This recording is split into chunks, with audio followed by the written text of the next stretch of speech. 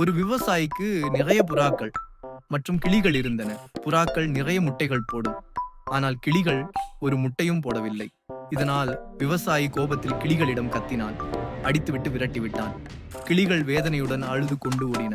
பின்னர் அவை ஒரு பெரிய கோழியின் அருகே சென்றன. என்ன நடந்தது என்று முழுவதும் சொல்லின.